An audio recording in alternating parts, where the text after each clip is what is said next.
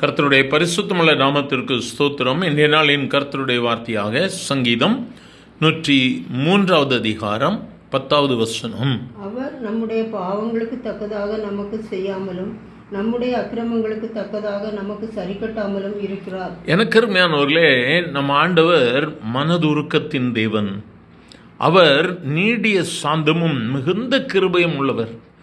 ஆகவே நம்முடைய பாவம், நாம் அறிந்தும் அறியாமலும் செய்கிற குற்றங்கள், குறைகள், இதன் நிமித்தமாய் அவர் நம்மை தண்டிக்கிற தெய்வம் அல்லவே அல்ல.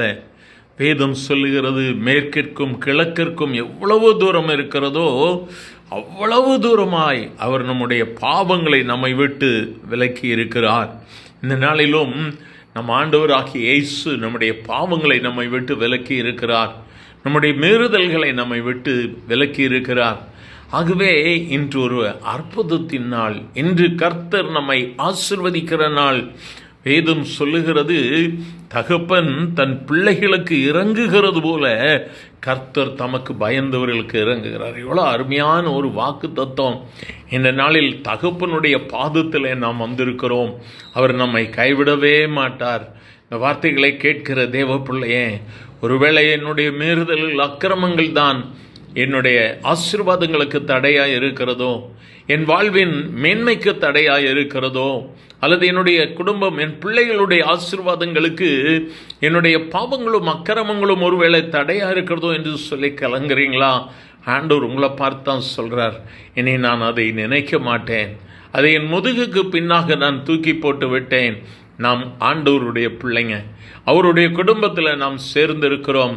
அங்கு உயர்வும் இல்லை, தாழ்வும் இல்லை, ஏழை இல்லை, பணக்காரன் இல்லை. எனக்கு அருமையானவர்களே, இந்த இயேசுவின் குடும்பத்தில் சேர்ந்திருக்கிற நம்மை பார்த்து நம்முடைய தகப்பன் சொல்லுகிறார், பயப்படாதே, நான் உன்னோடு கூட இருக்கிறேன் என்று சொன்னவர்.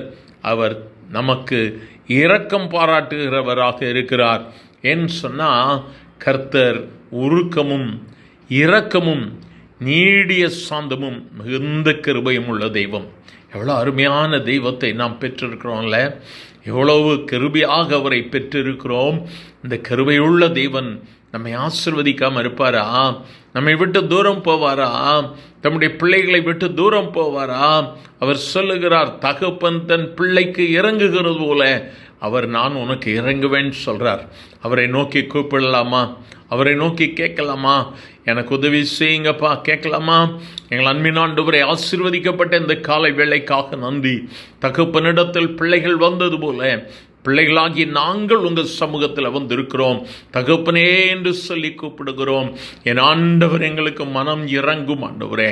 கூப்பிடுகிற ஒவ்வொருவனுக்கும் பதில் கொடுக்கிற என் ஆண்டவர், கேட்கிற எவனும் பெற்றுக்கொள்ளுகிறான்.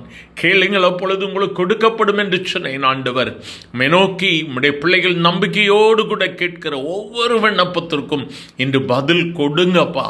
நீங்கள் செய்கிற நன்மைகளுக்காய் ஸ்தோத்திரம் ஆண்டவரே. உம்முடைய கிருபையின் கரங்கள் அற்புதத்தை செய்துகிற தயவிற்காய், செய்து கொண்டிருக்கிற தயவிற்காய் நன்றி. ஆசீர்வதியும். இயேசுவின் நாமத்தில் பிதாவே, ஆமேன், ஆமேன்.